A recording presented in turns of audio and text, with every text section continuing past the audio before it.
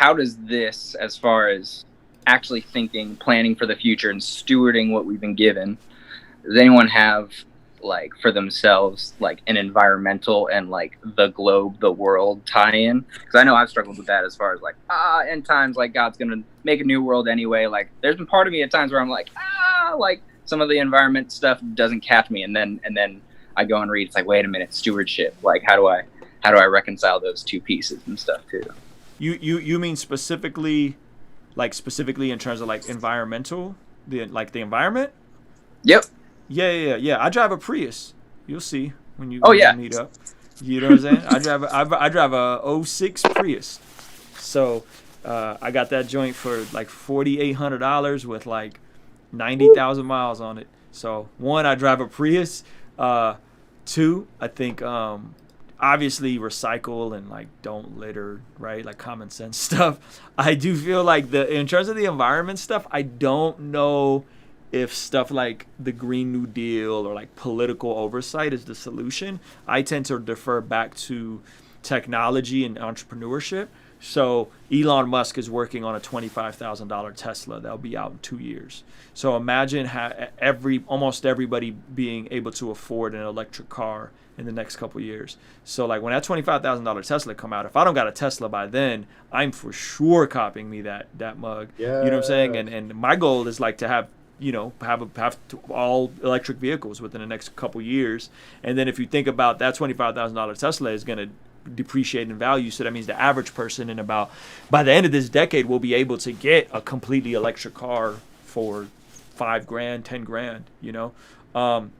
So I tend to defer in terms of, like, the environmental stuff. I'm not a big proponent of, like, let's vote green because I just don't know how often that stuff is actually effective. Because it's like you're addressing the right problem, but you're not addressing it with the right solutions. The right problem is, yes, we have an environmental issue. But to be fair, America only puts out 15% of the carbon, right? Only 15%. China, other countries, India put out a lot more. How do you get those people to come over? They're not going to legislate environmental policy. They're going to come over when you make their life easier from a tech standpoint. Make cheaper cars that are more environmentally conscious, and that's how you solve that problem, in my opinion. I think you saw Walmart just bought a bunch of the new Tesla trucks, like a whole fleet of them. So Walmart's going green. When stuff it makes sense to go green, people will go green. You know what I'm saying? It's just that when entrepreneurship isn't leading and you're trying to let government and bureaucrats lead, I don't think it's an effective solution, in my opinion. I think let's let the Elon Musks, and there's another company come out, oddly enough, called Nikola, right? That's also an electric car company. Let's let those people lead. And if I see the future, you know what I'm doing? I'm putting my money in Tesla. So we could sit here and cry about capitalism, but at the end of the day, that's what's going to solve this issue is capitalism. You know what I'm saying? So I'm going to put my money in Tesla. You know, why not? Like, I could come up, right? And there's people who have that I know have put tons of money in Tesla. I got a little bit of money in Tesla, but I'm going to park my money in Tesla because I see Tesla becoming what a Prius is or becoming what a Toyota is. I see Tesla being the majority vehicle that all of us drive in 10 or 15 years. So that would be that's my solution. But I tend to default to an entrepreneur business, let those people take lead and get out the way, government. You know what I mean? Instead of like, yo, we need to legislate the Green New Deal and tax people 70% of their income if they make more than $10 million. Like, I just don't know how that helps anybody. You know what I mean? And outside of, like, we're just going to redistribute wealth. And that never ends well. You know, as somebody that comes from a communist nation, you know, like, that never ends well. Like, I know socialism firsthand. It's not lit. That's not where we want to go. So that's my opinion. But again, I'm a hardcore, like, redemptive capitalism, ethical capitalism, entrepreneur type. I could be wrong, but I just don't think that, like, Gavin Newsom in California legislating we all got to get electric cars by 2030. I don't think that does anything. What does something is Tesla increasing their production chain so that we can get these $25,000 Teslas out to everybody in the next couple of years. That's what I think changes the world in that way. And everything else to me is kind of just virtue signaling. but maybe I'm wrong. From a government perspective, the one reason that that Walmart has the deal with Tesla on the trucks, and that's primarily in Canada, is because of the legislation that Canada put in place that actually made power cheaper, right? So like I have an employee that lives in Montreal, and he bought an electric vehicle because it was cheaper for him to charge his car at his house than it was for him to buy gas. Because in Canada, they've been increasing the cost of fuel over years. So like a liter, which is a third of a gallon in Canada, is like $1. So like a gallon of gas in Canada is like $5.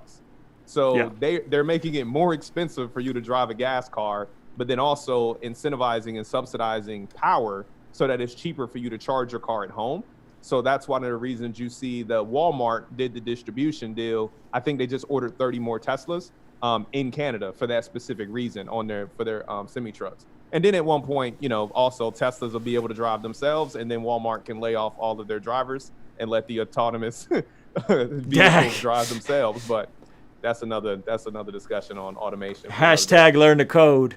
Exactly. Learn the code, or how to fix the robots. Learn how to fix the robots. I think you guys, Connor, you're out here in California. I mean, you see how many people have solar panels on their houses, you know? Oh, yeah. So I think like when that makes sense financially as well as environmentally, you'll see more people come over. Now, you don't got to convince anybody to get solar panels. Now, everybody in San Diego has solar panels. And granted, to Pastor Roy's point, there are tax breaks for sure, right? So I'm not saying give people tax breaks, but let's keep it a buck. When it makes sense, then we use it. When it doesn't make sense, we don't. And maybe that's wrong, but that's who we are as Americans, yo. Like, we are self-centered, like self-centered consumers. You know what I mean? I'm gonna go to Jordan. Go ahead, Jordan. I just had a quick question for Connor. Are you saying you struggle with like basically like motivating yourself to take care, to like kind of go green in certain aspects of your life? Or that's a good question. Like more of the bigger overall broader, like just the world going green that you kind of struggle with caring about? One, just a lead in for the question in general, but for me personally, it's just kind of a vulnerable moment of I've felt that like shortcoming in my thinking and stuff before, of letting it go really far down in my own personal priority of like this bottle, okay, is it really gonna harm in the trash? And on the topic of end times and stuff, I've found that pop into my head, you know, for better or worse, of like, is it really going to make that much of a difference? So just, I've put it down, the priority thing in my head, but at the same time, like the inner wrestling is like, but I love like wildlife, and I love like having things like our national parks that we can like have and preserve and like fight to keep like pieces of our nature alive. So it's like, it's just a vulnerable piece of me having like that inner turmoil that, you know, doesn't fully make sense, that I just kind of have to wrestle with here and there.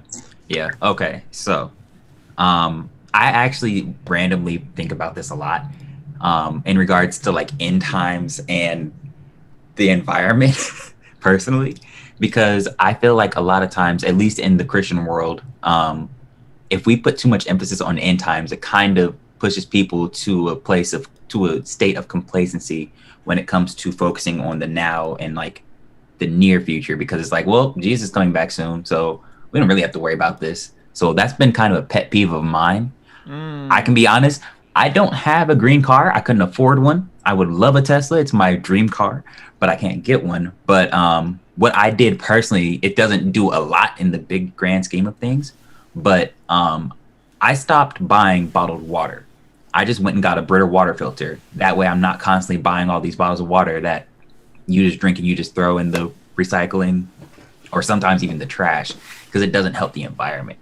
So like, I just made a small decision. I don't think it makes a big difference in the grand scheme of things, but at least I can do something in my current position in life, I guess.